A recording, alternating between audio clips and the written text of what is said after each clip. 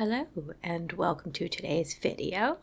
Today I am going to swatch Bee's Knees Lacquer's Torrent.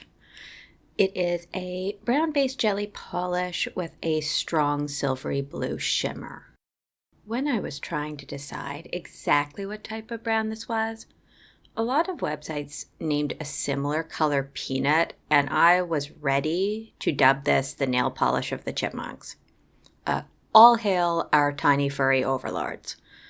But I thought it was just a bit too warm a brown, a little too reddish to be the color peanut. So sadly, we'll have to coronate a chipmunk polish some other day.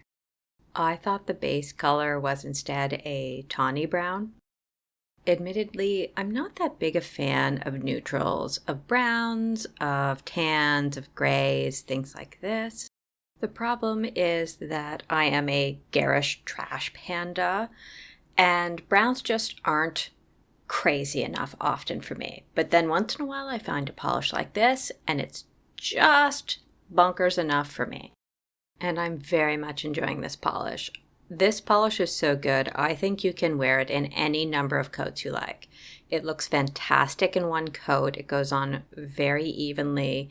It gives you a bit of shimmer, a bit of a wash of color. I really enjoyed this in just one coat. I will be showing this in 3 though, because I know with jelly polishes especially, they do have this tendency to have a sweet spot for me. So I want to find out for my own knowledge, is it 1, 2, or 3 coats that I will probably most enjoy in the future. The one caveat I have for this polish is that it will show brush strokes. I'm sure you can see here in one coat that when I capped my tip, it disrupted the shimmer and it sort of made the shimmer look wavy at the tips of my nails. And that effect does persist throughout. So if you're planning on wearing this in one coat, I would suggest cap your tips first, then go in for your coat. Even as I'm recording this voiceover and reviewing the footage, I can still see the brush strokes in all of my layers. I think it wouldn't be very obvious to other people, but I think you personally will be able to see them. Here we are into the second coat, and in my opinion, I think it looks best in 2 upon review of the footage afterwards and having worn the polish for a little bit. I feel like you see both the jelly base and a bunch of shimmer, and for me that's the perfect balance between the 2. We are going to go to 3, but I think I prefer it in 2. I also think the camera's picking up that base color pretty accurately, despite the fact that I think on me the color doesn't look drastically different than my skin tone. This polish reminds me of marmots. I know, but yes, marmots. Our area in particular has groundhogs, and I call them the skittish fat rats, just for fun. The internet has decided that marmots are chunks, and I fully endorse this. Ours are so fat they undulate when they run, and I love everything about it.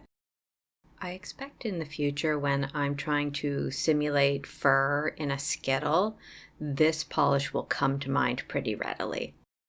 I think this polish could live a good second life as maybe representative of, say, cookie dough. Here's your Canadianism for today. When I was looking at this, I thought, oh, what if you had like an unpainted but finished canoe, and it was on the water and you could see the wood reflected in the lake. I honestly don't know if that makes my musings about marmots more or less weird. But back to the actual swatch. We're going on with the 3rd coat, and you'll see how much the shimmer takes over things here. It is that silver to aqua and just barely into what I feel is a tealish color. When I begin the thumb wiggle in just a second, you'll be able to see that the shimmer really has ascended and is absolutely dominating the look. This polish isn't necessarily the shiftiest of shimmers. I think the enjoyment of this is really in how the shimmer plays against the base. You know what? I'm not done with Canadianisms. I've been thinking about so many different woodland animals that Animal Crackers in My Soup by Anne Murray just popped into my head, and god damn it, it will not go away. As regards the brushstrokes, unfortunately, because you didn't see me put on the other nails, you're not necessarily going to see the thumb very well with top coat on, but you will see some brushstrokes as we do the full hand shots in just a second. The top coat does help smooth them out a bit, and even in the drying process of my thumb, you can see they've tamed a little, but they will not dissipate completely. Also, some fair warning for the full hand shots. I got a little too eager with getting top coat on, so I did rumple my coat a little bit on my index finger. So if you see it looks a little bit swirly, that is my fault. I then waited about another minute to apply top coat to the rest of those nails, and everything was fine. And here we are in the sun. I feel like you can see that silvery aqua into the silvery teal shift pretty well. It is reflecting off itself at the sides and maybe amplifying that effect a little bit. This is also a good opportunity to examine for brush strokes if you wanted to see what that looked like. I think mostly the problem for me was around the capping of tips. This is the same manicure that ran into trouble with the humidity making my top coat look cloudy. So this manicure does have 2 coats of top coat. The first one that got ruined, and then a second one to remedy that particular problem. In the shade, we are definitely seeing a little bit of enhanced green and blue from the sky and the tree reflecting in the polish, but not too bad. And I do want to note how strong that shimmer looks.